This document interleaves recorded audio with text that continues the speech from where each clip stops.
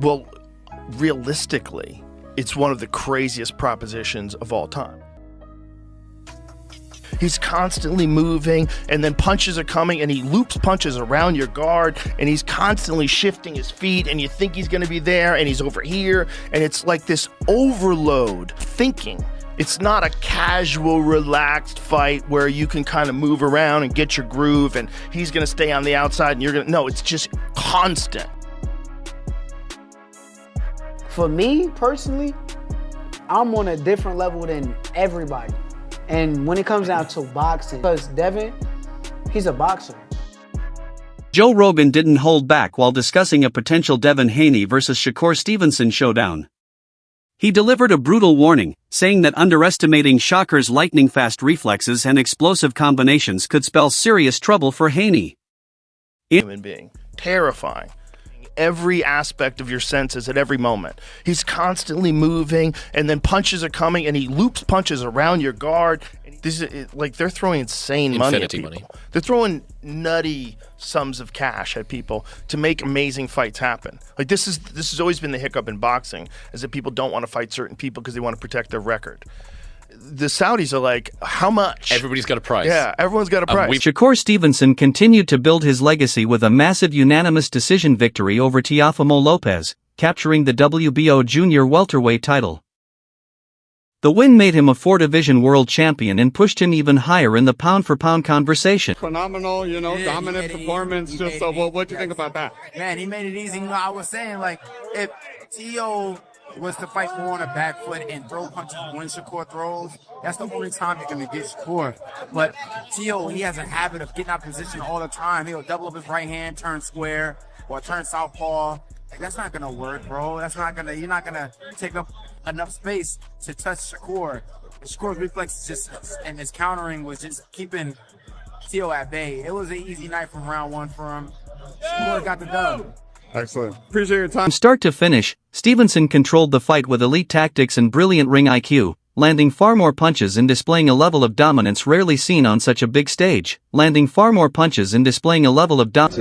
like a novice. I mean, that's how good he is. 120, 109, 108. I mean, just unbelievable. Unbelievable. Is that what you expected from Shakur? No? I mean, listen, I expected an incredible performance, but I didn't expect it to be completely one-sided. I mean, he won every round, in my opinion. It like the golfing levels was phenomenal.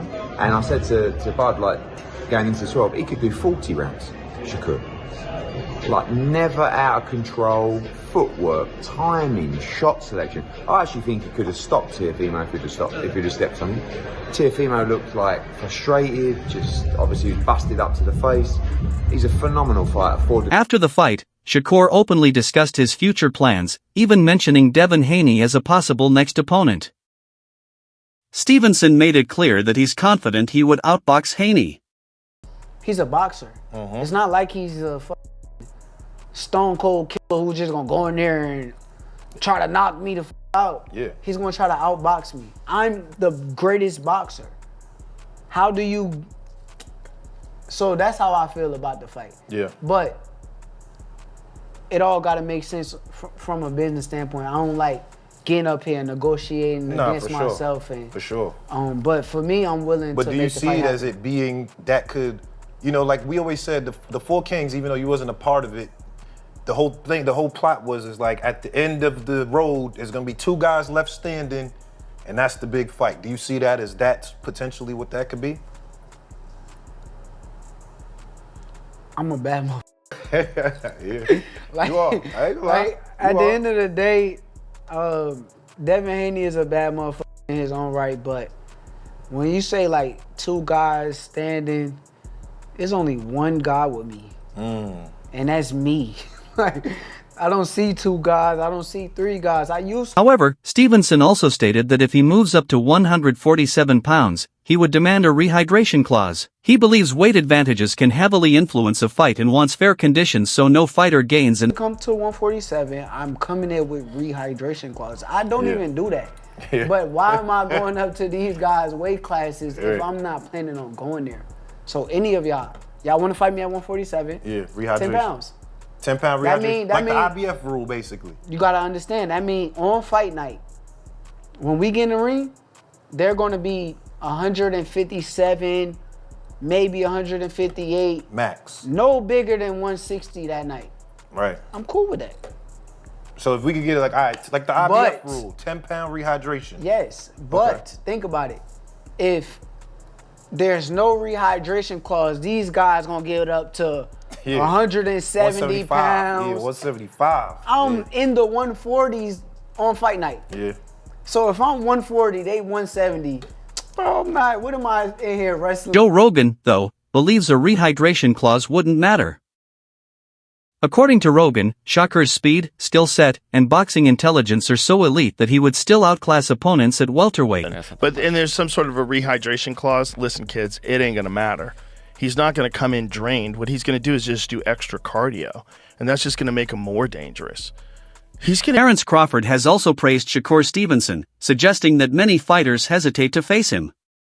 Crawford implied that Shakur's technical brilliance and difficult style make him a matchup most boxers try. Why certain fighters didn't want to take the chance to step in the ring with this fighter. He's great. A lot of people started saying, oh, he's a runner, he's this, he's that. Just to detour people from being excited to see him fight because he's not knocking people out and all that crazy stuff. But they would see why people really don't want to get in the ring with him come tomorrow. I know you've shared the ring with him, sparring plenty of times. What makes Shakur Stevenson great? What makes him different? What makes him, I don't want to say an ilk of yourself, but in the same kind of era, the Bud Crawford era, he's got a Shakur Stevenson era coming from. Everything. The offense, the defense, the poise, the rhythm, the distance, the timing, the punch placement, the react time. Like, I can go on and on. You know, the toughness, the grit, the grind. Like, he's amazing, you know, and tomorrow he will show it. How do you think it ends tomorrow night? Do you believe that Shakur Stevenson can stop Teofimo Lopez? Because people aren't really talking about that. Listen, if T.O. get out of line, you know, he can get hurt. But I see Shakur outboxing him. Stevenson believes he's simply too good for the competition at 135 and 140 pounds, saying he has beaten everyone placed in front of him. He feels his speed, talent, and technical ability clearly separate him from the rest, which is why fans are now calling for a move to 147. Shakur says people want bigger challenges because they know he dominates at the lower weights. Because it's like, okay, oh, he's better than everybody at 135, 140. Sure.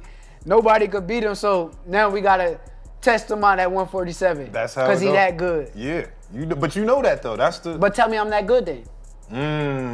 Tell me I'm that good then. Yeah. If that's how y'all feel, tell me. I want to hear it. Yeah, I like that. I will say yes, you are that good. And when people are that good, we want to see a resistance fight. That's all we saying. And that's what I thought Tio was going to get, and we ain't get that. Damn.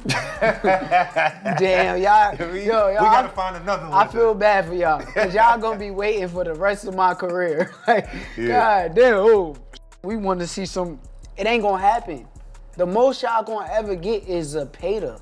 That was y'all best hope and chance. So what do you think? Was Shakur Stevenson's performance a true masterclass in boxing intelligence? Or do you want to see him tested against even tougher opponents like Devin Haney or Ben? Drop your thoughts in the comments below. Obviously, whenever you're going to fight Haney, because I think we keep hearing about the negotiations falling through. Is that fight ever going to get made? I would love for the fight to happen. Y'all can clearly see that I want the fight. Yeah. Is what's off about it still the split? I don't think that they want the fight to happen right now. Why would we fight this big risk fighter right now rather than wait a couple of years where we could make more money? But my only issue with it, right? Yeah. If that's the case, don't perpetrate. You talking big, but truth be told, you put me and him in a ring where nobody else can help him. There's nobody else that's gonna be able to fight for him. What's gonna happen? Yeah. Like, he know deep down inside that I'm the truth. That's what he know. He know he done been in the ring with me several times. Go ask him, like really ask him and tell him to be honest about me as a fighter.